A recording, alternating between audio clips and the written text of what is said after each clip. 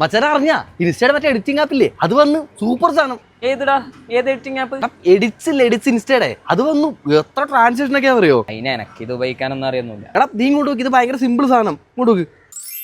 Open ചെയ്യുമ്പോൾ സാധാരണ ഇൻഷോട്ടിലെ പോലത്തെ ഒരു ഇൻ്റർഫേസ് നമുക്ക് കിട്ടും, പക്ഷേ കുറച്ചുകൂടി സ്മൂത്ത് ആയിട്ട് തോന്നുന്നുണ്ട് കേട്ടോ. ഓക്കെ നോക്കി, ഇതിപ്പോൾ ഇന്നത്തില്ലേ ഏറ്റവും പ്രധാനമായിട്ട് എനിക്ക് തോന്നുന്നത് ഇപ്പോൾ ട്രാൻസിഷൻസ്. ഇതുണ്ടോ, ഈ ട്രാൻസിഷനൊക്കെ ഇതിനകത്തുള്ളതാണ്. നമ്മൾ കുറച്ച് മുമ്പോട്ട് പോകുമ്പോൾ കാണിച്ചു തരാം കേട്ടോ. ഇത് കുറച്ച് രസമായിട്ട് എനിക്ക് തോന്നി. ഒരുപാട് ട്രാൻസാക്ഷൻസ് ഉണ്ട്. അതുപോലെ തന്നെ വേറൊരു കാര്യം എഫക്ട്സ് നമുക്ക് ആഡ് ചെയ്യാൻ വേണ്ടി പറ്റുന്നുണ്ട്, സിമ്പിളായിട്ട് ആഡ് ചെയ്യാൻ പറ്റുന്നുണ്ട്. പിന്നെയുള്ള കാര്യം നോക്കുകയാണെങ്കിൽ നമ്മുടെ മ്യൂസിക്, അതാണ് ഏറ്റവും ഇമ്പോർട്ടൻ്റ് എനിക്ക് തോന്നിയത്.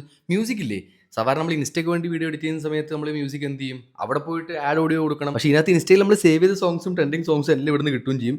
അത് മാത്രമല്ല കേട്ടോ, നമുക്ക് വേണമെങ്കിൽ നമ്മുടെ സൗണ്ട്സ് ഒക്കെ ആഡ് ചെയ്യുകയും ചെയ്യാം. പിന്നെ ട്രാൻസാക്ഷൻസ്, ആക്ഷൻസ്, കോമഡി, റിയാക്ഷൻസ്, ഇതിൻ്റെ ഒക്കെ വോയിസ് എഫക്റ്റും ഇതിനകത്ത് നമുക്ക് കിട്ടും.